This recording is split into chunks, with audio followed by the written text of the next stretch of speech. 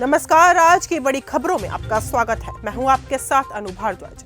आज के बुलेटिन में बात करेंगे कि क्या है ममता बनर्जी का संदेश, बताएंगे आपको मोदी का अगला उत्तराधिकारी कौन होगा, दिखाएंगे आपको ईद की नमाज के बाद नमाजियों ने दी बधाई और बुलेटिन के आखिर में देखेंगे कि अफगानिस्तान में लोकतंत्र की क्यों नहीं जरूरत। लेकिन दिन भर की तमाम खबरों से पहले एक नजर डालेंगे सुर्खियों पर।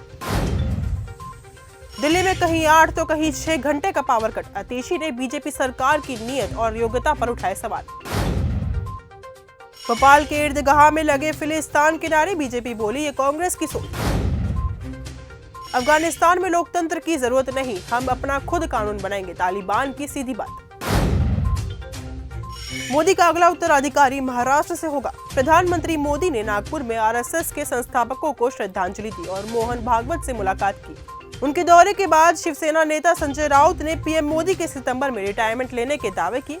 राउत ने दावा किया है कि संघ अगले पीएम और बीजेपी अध्यक्ष का चुनाव करेगा। उन्होंने आगे कहा कि पीएम मोदी का अगला उत्तराधिकारी महाराष्ट्र से होगा और इसका फैसला संघ ही करेगा। वाराणसी में गंगा घाट पर अब फ्री में नहीं कर पाएंगे कार्यक्रम। वाराणसी में अब गंगा के घाटों पर किसी भी प्रकार की सांस्कृतिक, धार्मिक और सामाजिक आयोजन के लिए अब वाराणसी नगर निगम से अनुमति लेनी अनिवार्य होगा और टैक्स भी देना होगा। ईद की नमाज के बाद नमाजियों ने दी बधाई। उत्तराखंड में मुसलमान समुदाय के लोगों ने ईद उल फितर के अवसर पर सुबह 8 बजे ईद की नमाज अदा की। ईद की नमाज पढ़ने के बाद मुस्लिम समुदाय के लोगों ने एक दूसरे को गले लगाकर एक दूसरे को ईद की बधाई दी। सुरक्षा की दृष्टि से पुलिस द्वारा जिले की मस्जिदों और चौराहों पर पुलिस फोर्स की तैनाती की गई थी। मुंबई के मलाड में 2 हिंदू लड़कों की मारपिटाई से तनाव। मुंबई के मलाड ईस्ट इलाके में 2 गुट में तनाव की सूचना है। दरअसल बीती शाम कलश यात्रा दौरान घर लौटते समय भगवा झंडा लहराने पर विरोधी गुट के लोगों ने युवकों की पिटाई कर दी। रविवार शाम को यह घटना उस समय हुई जब मुंबई के मलाड में गुड़ी पर्व कलश यात्रा के बाद 2 हिंदू लड़के भगवा झंडा लेकर पठानवाड़ी से होते हुए अपने घर जा रहे थे। पुलिस की मौजूदगी के बाद भी एक समूह ने दोनों लड़कों की पिटाई की। बीड़ मस्जिद धमाके पर अबू आजमी का बयान। महाराष्ट्र के बीड़ जिले में मस्जिद में हुए धमाके के बाद राजनीतिक बयानबाजी तेज हो गई है। समाजवादी पार्टी ने बीजेपी नेताओं पर मुसलमानों के खिलाफ भड़काऊ बयान देने का आरोप लगाया है। अबू आजमी ने कहा कि धर्म के आधार पर नहीं बल्कि इंसाफ के साथ कार्रवाई होनी चाहिए। कुणाल कामरा को बड़ी राहत, गिरफ्तारी पर रोक। Stand up comedian Kunal Kamra को मद्रास हाईकोर्ट से बड़ी राहत मिली है। अदालत ने उनकी गिरफ्तारी पर 7 अप्रैल तक रोक लगा दी है। वहीं कुणाल आज यानी सोमवार को मुंबई के खार पुलिस स्टेशन में बयान दर्ज करवा सकते हैं। नवरात्र पर 7 साल की बच्ची का गला काट दिया गया। नवरात्र के पहले दिन बच्ची की हत्या से इलाके में हड़कंप मच गया है। दिल्ली के स्वरूप नगर इलाके में 7 साल की बच्ची की उसके घर में गला रेत कर हत्या कर दी गई। पुलिस मामले की जांच में लगी हुई है। उत्तर प्रदेश के औरैया में माता कर्ण देवी का मंदिर है। इटावा की सीमा से सटे बिहड़ में यमुना नदी के किनारे स्थित इस मंदिर में माता का दर्शन करने के लिए दूर दूर से श्रद्धालु आते हैं। मान्यता है कि इस मंदिर में देवी मां की स्थापना राजा कर्ण ने कराई थी। दानवीर राजा कर्ण ने माता कर्ण देवी के आशीर्वाद से प्राप्त 1.25 मन सोना प्रतिदिन प्रजा को बांटते थे। कहा जाता है कि माता को प्रसन्न करने व उनकी कृपा पाने के लिए राजा कर्ण ने खौलते तेल में खड़े होकर अपना शरीर मां को समर्पित कर दिया था, जिसे प्रसन्न होकर कर्ण देवी ने उन्हें प्रतिदिन 1.25 मन सोना उपहार रूप में देने का आशीर्वाद दिया था। ईद पर ममता बनर्जी ने दिया साफ संदेश। पश्चिम बंगाल की मुख्यमंत्री ममता बनर्जी ने बीजेपी पर सांप्रदायिक दंगों की साजिश रचने का आरोप लगाया।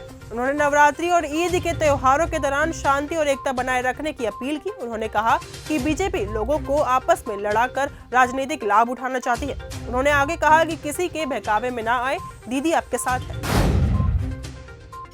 तलाक की खबरों के बीच फैमिली वेडिंग में साथ दिखे अभिषेक ऐश्वर्या।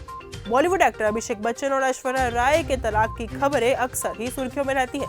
दोनों कलाकारों के रिश्ते को लेकर लंबे अरसे से अनबन की खबरें हैं। हालांकि इसी बीच अब कुछ ऐसा हो गया है जिसने कपल के फैंस को खुश कर दिया है, जबकि कुछ लोग हैरान भी हैं।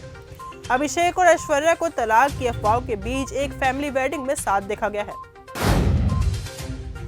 ईद पर कपिल शर्मा ने दिया फैंस को तोहफा। कॉमेडी किंग कपिल शर्मा फिर से एक बार बड़े पर्दे पर धमाल मचाने के लिए तैयार है। कपिल शर्मा सोशल मीडिया पर छाए रहते हैं। उन्होंने ईद के मौके पर अपनी नई फिल्म किस किस को प्यार करूं 2 की अनाउंसमेंट कर दी है। साथ ही उन्होंने फिल्म में अपना फर्स्ट पोस्टर शेयर भी किया है, जिसमें वो दूल्हा बने नजर आ रहे हैं। सलमान खान की सिकंदर नहीं तोड़ पाई रामचरण की गेम चेंजर का रिकॉर्ड। सलमान खान की फिल्म सिकंदर 30 मार्च को सिनेमाघरों में रिलीज हो गई है। फिल्म का पहले दिन का कलेक्शन सामने आ गया है, जो उम्मीद से काफी कम है। बताया जा रहा है कि सिकंदर रामचरण की फिल्म गेम चेंजर तक का भी रिकॉर्ड नहीं तोड़ पाई। बांग्लादेश के यूनुस ने कर दी बड़ी साजिश।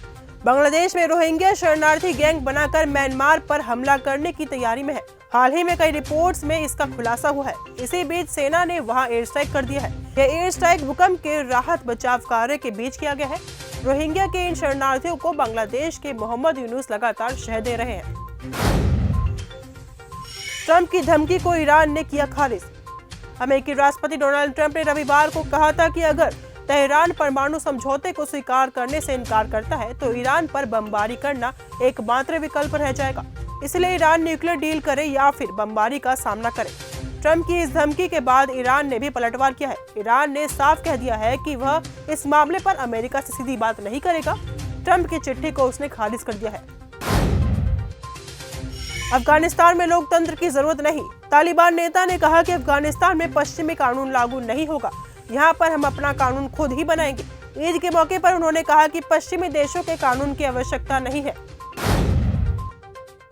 तो फिलहाल आज के इस बुलेटिन में सिर्फ इतना ही। देश और दुनिया की तमाम खबरों के साथ ऐसे ही जुड़े रहने के लिए देखते रहिए न्यूज़ गंगा।